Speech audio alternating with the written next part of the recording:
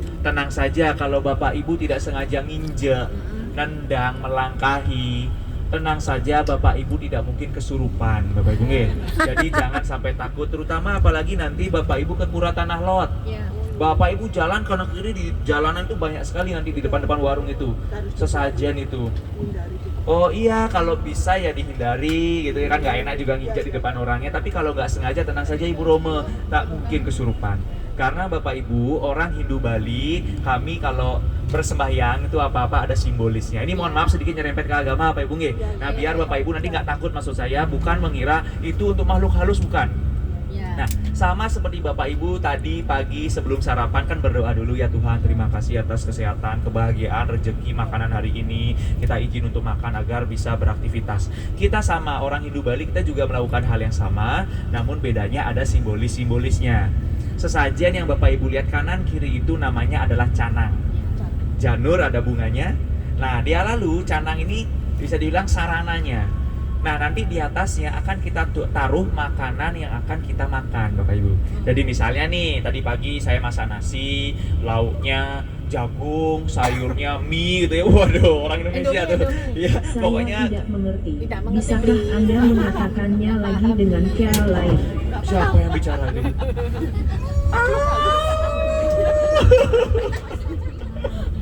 Iya, jadi sebelum makan, makanan yang kita masak itu namanya adalah makanan sukla baru, belum kita makan. Nah, lalu kita ambil sedikit, comot sedikit, kita taruh di atas sesajen itu, atau kalau orang Bali namanya canang. Makanya kadang-kadang di atasnya Bapak Ibu lihat ada nasi, ada jajan, ada rokok, ada kopi.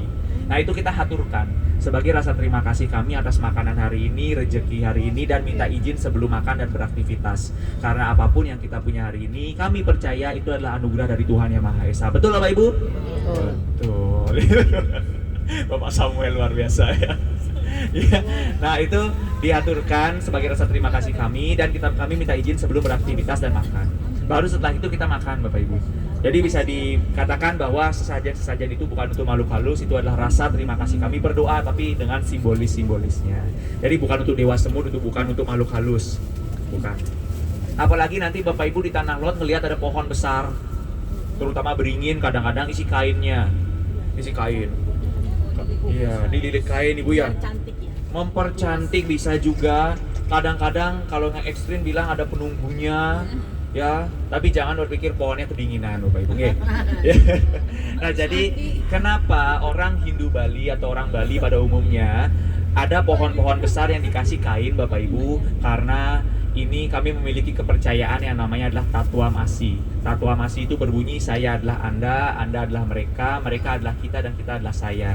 Jadi saya adalah Anda adalah saya. Hendaknya kita memperlakukan semua makhluk hidup lain seperti memperlakukan diri kami sendiri. Ingin dihargai, hargailah orang lain dulu. Ingin dicintai, cintailah orang lain seperti itu. Ya Ibu Romo.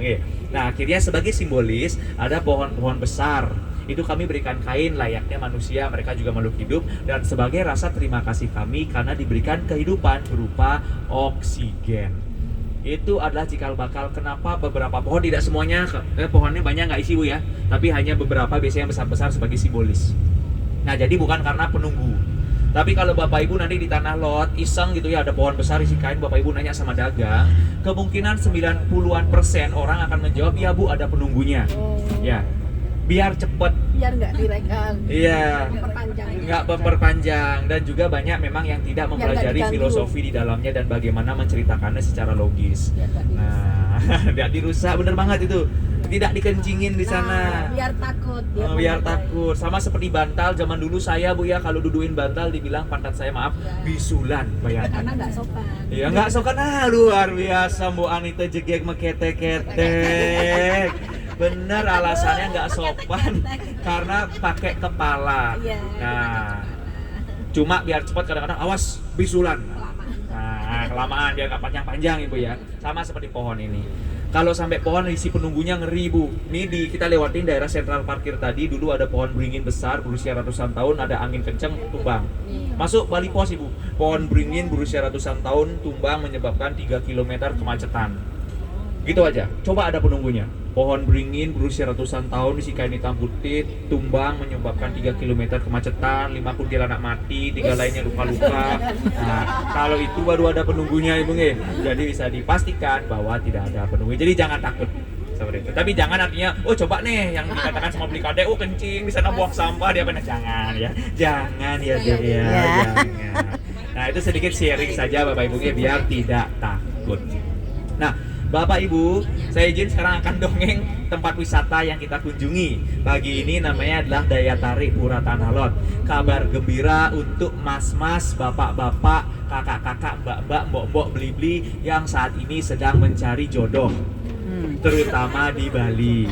Ya, kalau di sini masih ada yang single, jomblo, sekarang adalah waktunya. Karena ada. Oh, jomblo mana suaranya? Mbok Astrid, Mbok Putri, kok bisa? Waduh, padahal jeget pakai teke kata bapaknya. Ya, nah ini tidak bisa dibiarkan. Nanti di Pura Tanah Lot Ibu, pas di bawah puranya itu ada gua. Di sana ada yang disebut dengan nama air suci. Kalau orang Bali menyebutnya dengan nama tirte. Itu adalah air yang suci atau air yang didoakan. Tapi cikal bakal kenapa air di bawah Pura Tanah Lot dibilang air suci? Karena pura ini berada di tengah laut Bu, tetapi mata air di sana rasanya tawar. Itu awalnya cikal bakal kenapa dibilang air suci. Dan dipercaya, konon gitu ya, mitosnya untuk orang-orang yang single, jomblo yang sudah lumayan akut, jomblo stadium 4 sampai jomblo yang sudah tidak terselamatkan, nah, itu bisa minum air di sana. Insya Allah nanti jodoh didekatkan, amin. Nanti doanya harus spesifik kakak-kakak, nggih. Kalau di Bali seperti itu harus spesifik apa yang diminta, mudah-mudahan terwujud. Kalau orang Bali sekarang kriteria cowoknya itu ngikutin Happy Salma. Happy Salma nikah sama orang Bali dari Ubud Bu. Jadi kalau kakak-kakak, bapak-bapak, mas-mas dan mbok-mbok lagi cari cowok atau cewek Bali, kalau mau cari yang ganteng-ganteng, cantik-cantik, itu cari di Ubud. Beneran, sama seperti Happy Salma.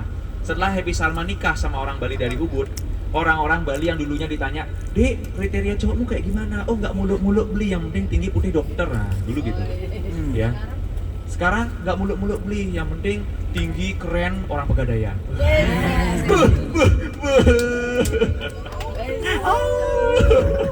Berarti Bu Roma kemarin gak ikut ya di BSD. Wah, kemarin mencekam di sini Bu. Iya. Gak ada suara tiba-tiba. Sok-sokan. Mau berubah kemarin. Iya. Nah, itu Happy Salma setelah nikah sama orang Bali Bu. Di konferensi pers ditanya kan, "Loh, Mbak Salma kok mau sama orang Bali yang bukan artis?" "Oh, saya lagi main di Ubud, di Puri Ubud namanya. Saya lagi pakai baju adat Bali, photoshoot di sana. Saya lihat cowok ini jalan, berwibawa deh." Keren. Ternyata saya dideketin, dia tahu saya artis, saya diajak foto. Saya senang sekali, saya diajak kenalan. Saya tahu kepribadiannya baik setelah jalan beberapa lama. Setelah beberapa lama diajak saya ke rumahnya. Ternyata bukan artis, padahal ganteng, keren, berwibawa, berkepribadiannya baik. Nggak kaya raya juga, tapi pas-pasan. Pas ini boleh, pas ini dapat. Iya benar banget Ibu. Mobil pas dapat. Pas kepingin jalan-jalan, pas ada duitnya. Kepingin beli emas di Pegadaian, pas ada duitnya. Kepingin beli tanah lelang, pas ada duitnya. Gitu. Berwibawanya juga, bawa Ferrari. Yes. Bawa Lamborghini.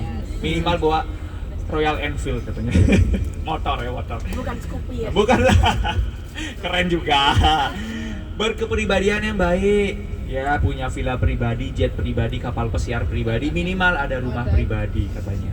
Karena kebetulan yang dinikahin sama Happy Salma adalah keturunan Raja Ubud, Bapak Ibu. Namanya Cok Gus. Dan kenapa saya bilang orang Ubud banyak ganteng-ganteng, cantik-cantik? Karena Puri Ubud atau pada umumnya Puri Gianyar atau Keraton Gianyar atau Kerajaan Gianyar adalah satu-satunya kerajaan di Bali yang tidak puputan. Puputan itu perang mati-matian, perang melawan Belanda saat itu, perang dengan kemenangan atau pulang dengan hanya nama. Nah, Bali kalah perang terakhir tahun 1907 di Puputan Klungkung namanya, dan ketika kerajaan Klungkung jatuh, Gianyar tidak perang sama Belanda. Akhirnya ya mengikat caranya damai dengan menikahkan ya. Jadi nggak mungkin kan nyerang saudara sendiri. Makanya di sana keturunannya banyak yang sedikit-sedikit masih ada bule-bulenya. Jadi kalau mau nyari bule tapi nggak kepingin bule banget Indonesia, ya silakan cari di daerah Ubud. Nah itu nanti silakan ya kakak-kakak kalau mau minum air suci di Pura Tanah Lot gitu. Dan Bapak Ibu teknisnya nanti di Pura Tanah Lot setelah sampai, saya dengar-dengar Bapak Ibu katanya tidak lama-lama di Tanah Lot karena alasannya besok sudah kerja. Luar biasa, hebat banget dedikasi. Besok Senin ya Ibu ya, jadi harus udah mulai kerja, semangat gitu ya. Sampai di Pura Tanah Lot nanti kita jalan jig sama-sama. Lalu seperti biasa kita berfoto bersama dulu di depan Pura Tanah Lotnya. Dimana Bapak Ibu Pura Tanah Lot ini berasal dari kata tanah dan lot. Tanah artinya tanah, lot artinya memiliki dua arti. Alot ya. Lot memiliki dua arti, laut dan lot yang artinya tanah, ujung. Ya, jadi kalau airnya lagi pasang, pura ini akan berada di tengah laut Bu. Makanya tanah laut. Kalau airnya lagi surut, mudah-mudahan surut, kita bisa turun ke bawah dan minum air sucinya. Disebut dengan nama Tanah Lot, yang artinya adalah pura yang berada di ujung tanah Desa Braban, Kecamatan Kediri, Kabupaten Tabanan. Dan pura ini Bapak Ibu sudah dibangun dari abad ke-15 oleh orang suci yang bernama Danghyang Nirarte. Bapak Ibu kemarin ada yang naik ke Uluwatu sama saya? Ke atas, di sini nggak ada ya? Bis ini nggak ada ya? Oh iya, bis ini kosong banget kemarin. Ibu ikut ke atas. Nah, waktu kita ke atas, ada nggak ngelihat patung di kanan itu? Ketika habis foto bersama di monyet hampir kita ditangkap itu, bapak topinya bapak, ya, yang nggak mau diambil itu. Iya, baru diambil katanya mau dicek, 25.000 nggak jadi diambil semua monyetnya. Itu tuh, iya benar. HP banyak kemarin diambil-ambil Bu. Untungnya kita nggak ada ya. Untungnya nggak ada. Nah di sana itu sebenarnya kemarin di tempat kita foto bersama di atas itu ada patung di kiri. Ternyata nggak ada yang merhatikan mungkin ya. Itu ada patung, itu adalah patungnya Danghyang Nirarte Bu, yang membangun Pura Tanah Lot. Cikal bakal kenapa Pura Uluwatu disebut dengan nama Pura Luhur. Karena Danghyang Nirarte setelah membangun Pura Tanah Lot pada abad ke-15, beliau dipercaya moksa atau meninggal tanpa ada jasad di Pura Uluwatu. Kalau orang Bali meninggal, Bapak Ibu pernah dengar nggak orang Bali, Hindu Bali meninggal diapain? Di ngaben. Ngaben itu diapain Bapak Ibu? Dibakar. Oke. Nah ini harus adik luruskan sedikit Bapak Ibu. Ngaben ini berasal dari kata abu. Ngabuin jadi sampai jadi abu, bahasanya mohon maaf jangan pakai bakar lagi tapi kremasi. Karena kalau mayat dibakar serem nih Bung Ge, ini mayat bawanya api bolak-balik kicap saus tiram mantap itu bakar. Ya sama kayak ikan bakar kemarin, ayam itu dibakar.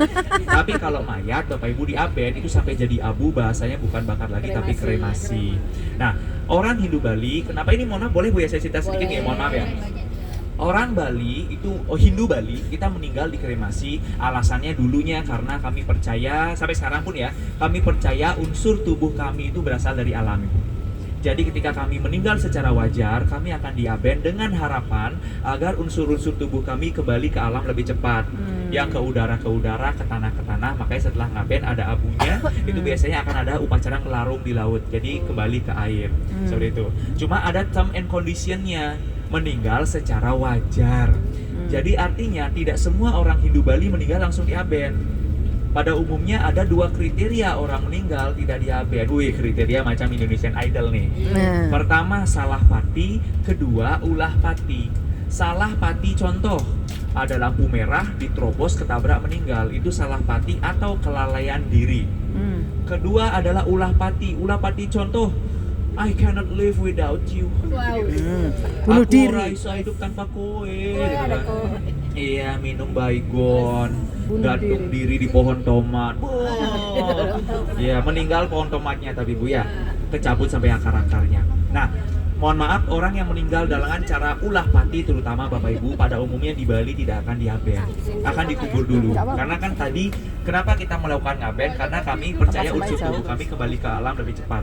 Tapi kalau meninggal secara ulah pati keinginan diri sendiri, ya seperti kita anggap itu belum waktunya. Akhirnya kita kubur. Nanti lagi berapa tahun baru akan dilaksanakan upacara ngaben secara simbolis. Makanya di Bali, walaupun orang-orang Bali pada umumnya di Aben, sebelah kiri mumpung lewat Bapak Ibu, ini adalah Trans Studio Bali, ya.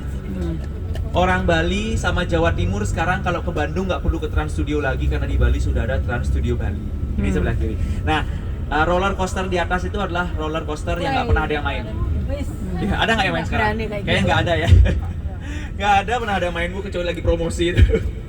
Cuma kalau orang luar Bali, Surabaya, Jakarta, kalau ke mall itu bukan ke Trans Studio, pasti nyarinya namanya adalah Beach World Mall.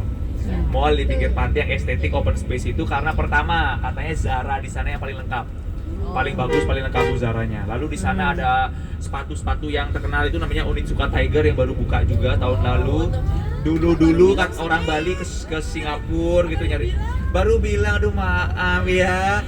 Mungkin karena hari pertama kita malam, kemarin juga malam karena Beach Walk itu tutup jam 10 Bu. Jam 10 setengah 11 tuh udah outlet itu sudah tutup semua. Gitu.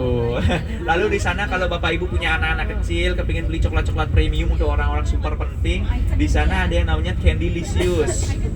Ya, beli coklat-coklat permen yang mahal-mahal itu. Nah, itu sedikit Bu ya, mumpung lewat saja. Nah, tadi sampai mana Bapak Ibu? Sampai mana tadi ceritanya? Yang mati tadi loh, mati. Oh, yang dikubur. Masih ingat Ibu Anita ternyata ya. Oke, jadi kalau misalnya tidak meninggal secara wajar, Bapak Ibu akan dikubur. Ya. Tapi kebetulan orang Bali kuburannya itu tidak ada nisannya. Jadi kuburan itu kayak tanah kosong aja. Kalau Bapak Ibu nggak tahu bisa sepak bola di sana, bisa piknik di sana, piknik berdua rasa rame-rame bisa di sana. Karena ini lapangan kosong aja. Kalau ini tergantung ya bis ini akan lurus atau belok kiri nanti. Kalau lurus kita akan melewati salah satu kuburan terbesar yang ada di Bali namanya adalah kuburan Badung. Dan di utaranya, kebetulan Hindu. Tapi utaranya unik ya Bu, ada salah satu makam wali Pitu Bali. Namanya adalah Raden Ayu Siti Hotija. Nah, loh kok ibunya tahu juga, pasti sudah pernah ziarah. Oh lalu. Nah, uniknya Ibu, Raden Ayu Siti Hotija ini, iya benar ya, benar dari Nabi Adam. Raden Ayu Siti Hotija ini Bu adalah orang Bali asli sebenarnya dengan nama Gusti Ayu Maderai. Gusti Ayu Maderai ini singkat cerita, saya nggak cerita terlalu panjang masalah itu Ibu ya. Gusti Ayu Maderai ini singkat cerita menikah sama orang dari Madura, namanya Pangeran Cakraningrat keempat. Ya, kenapa? Karena Raden Ayu Siti Hotija ini nama aslinya Gusti Ayu Maderai. Waktu dia tumbuh dewasa dia sakit. Yang diracun itu. Sakit nggak sembuh-sembuh Ibu. Akhirnya raja bikin sayembara, siapa yang bisa menyelamatkan anak saya? Kalau cewek saya angkat anak, kalau cowok dia saling jatuh cinta bisa menikah. Akhirnya singkat cerita, Raden Cakraningrat ini datang ke Bali dan sesuai yang kita prediksi mampu menyelamatkan Raden Ayu Siti Hotija. Dan ketika Raden Ayu Siti Hotija bangun, Pangeran Cakraningrat langsung bernyanyi. Hati yang beriman pada pandangan pertama. Oh Tuhan tolonglah, aku cinta dia. Oh. Langsung diboyong ke Madura Bu, menikah secara Islam jadi mualaf. Namanya berubah menjadi Raden Ayu Siti Hotija. Ketika di Bali ada upacara besar, Raden Ayu Siti Hotija izin pulang. Sampai di Bali udah kangen-kangenan, cipika-cipiki gitu ya. Tibalah waktu sholat maghrib. Sholat maghrib saat itu di Bali, jangankan zaman itu, mohon maaf Bu, Bapak Ibu lihat sekarang kanan kiri, mungkin tidak sebanyak masjid di Jawa. Ya, dulu belum ada, musola nggak ada tuh di kerajaan. Akhirnya sholatnya di mana? Di pura keluarga. Namanya Sanggah Pemerajan. Sholat di sana. Sholat, nah pakai kerudung warna putih. Itulah terjadi kesalahpahaman. Dikira lagi melafal ilmu leak. Iya, terus makanya dia di Iya. kasihan. Saya mau sejarahnya. Perlu disebut. Iya benar kasihan. Difitnah, dibilang menghafalkan ilmu leak, fitnah itu kejam. Apalagi saat itu ada upacara. Artinya apa? Orang kerajaan datang, rakyat datang. Saat itu zaman dulu kalau melafal ilmu leak yang untuk ilmu hitam akan dieksekusi. Maka tidak. Ya, akhirnya daripada terjadi perang, Raden Ayu Siti Hotija mengorbankan dirinya dan mengatakan, kalau nanti waktu saya meninggal, tubuh saya bau busuk. Ya, seperti orang-orang yang melapalkan ilmu leak itu. Silakan buang mayat saya. Tapi kalau saya meninggal nanti tidak berbau busuk, mohon kuburkan saya dengan layak. Nah ketika meninggal bukan bau busuk Bu, malah harum. Waktu itu terjadi ceritanya Ibu ya, bau harum dan orang-orang bersedih. Ya mau gimana, udah kejadian. Akhirnya sebagai penghormatan terakhir, Raden Ayu Setiotijah dimakamkan secara sendiri di utaranya makam Badung, di selatannya kerajaan Badung. Nah sekarang disebut dengan nama Keramat Pemecutan, seperti itu. Nggak sampai sana Ibu, sampai dikubur. Dari dalam makamnya itu keluar pohon. Sekarang disebut dengan nama pohon rambut. Dipercaya tumbuh dari rambutnya Raden Ayu Setiotijah. Dipotong berapa kali, numbuh terus. Dan ini yang pernah kejadian di tamu saya Bu ya. Lama, mohon maaf nih sekali lagi, lama nggak punya anak. Ya ke sana berdoa, ya diinfokan, diniatkan apapun yang diinginkan, berdoa, bersolawat di sana. Artinya kan yang Mintanya kalau ke Tuhan benar, tapi ada perantara kan, seperti itu ya Bapak Ibu nggih. Makam waliullah Bu ya kalau salah. Mohon maaf kalau salah, mohon saling sharing juga saya sambil belajar ya. Dan ketika doa ada daun yang langsung jatuh. Jadi mohon maaf, jadi bukan daun yang di bawah nih. Jadi ketika doa daun jatuh, itulah yang diambil, diekstrak, diminum. Lagi 2 tahun sudah bawa bayi balita ke sini. Nah, itu salah satu keajaiban karomahnya yang pernah tamu saya alami sendiri. Seperti itu. Jadi ke Bali ini bukan aja sebenarnya jalan-jalan, main-main Bapak Ibu. Di sini juga biasanya ada sekalian berziarah wali itu. Seperti itu. Nggih, sedikit sharing aja Bapak Ibu nggih. Nah, tapi tadi kita belok kiri, artinya kita mohon maaf nggak ngelewatin makamnya. Gitu. Oke, lanjut lagi dikit, tadi Tanah Lot. Nggak kelar-kelar ya. Oke, nanti Bapak Ibu sudah berfoto di depan pura Tanah Lot, silahkan minum air sucinya. Bukan hanya untuk yang mencari jodoh saja nggih, yang lain-lain juga boleh minum air suci di sana, rasanya tawar, segar banget. Lalu di depannya pura Tanah Lot ada gua disebut dengan nama Gua Ular Suci. Ya, ada holy snake di sana yang dipercaya adalah jelmaan dari Selendangyang Dangyang Nirarte. Jadi ketika Dangyang Nirarte bikin pura, dia meninggalkan desa, dia melepaskan selendangnya, seret. Untung aja sarungnya nggak jatuh Bu. Ya. Jadi selendang itu dipercaya menjadi ular suci di sana yang menjaga pura Tanah Lot sampai di sekarang. Silahkan nanti juga di sana, kadang-kadang yang jaga juga entah kenapa dia random aja, kadang-kadang ketemu orang, coba Bu berdoa apa yang diinginkan. Nah, tapi sekali lagi berdoa menurut kepercayaan masing-masing. Setelah foto di sana, foto stop, kita langsung kembali ke bus Bapak Ibu ya. Karena saya lihat jadwalnya, karena Bapak Ibu mudah-mudahan bisa sampai di tempat Kanwil jam malam ya. Mudah-mudahan jam 10 lah, mudah-mudahan. Amin. Jadi nanti kita di Tanah Lot, satset, kembali ke bus langsung pulang ke Surabaya.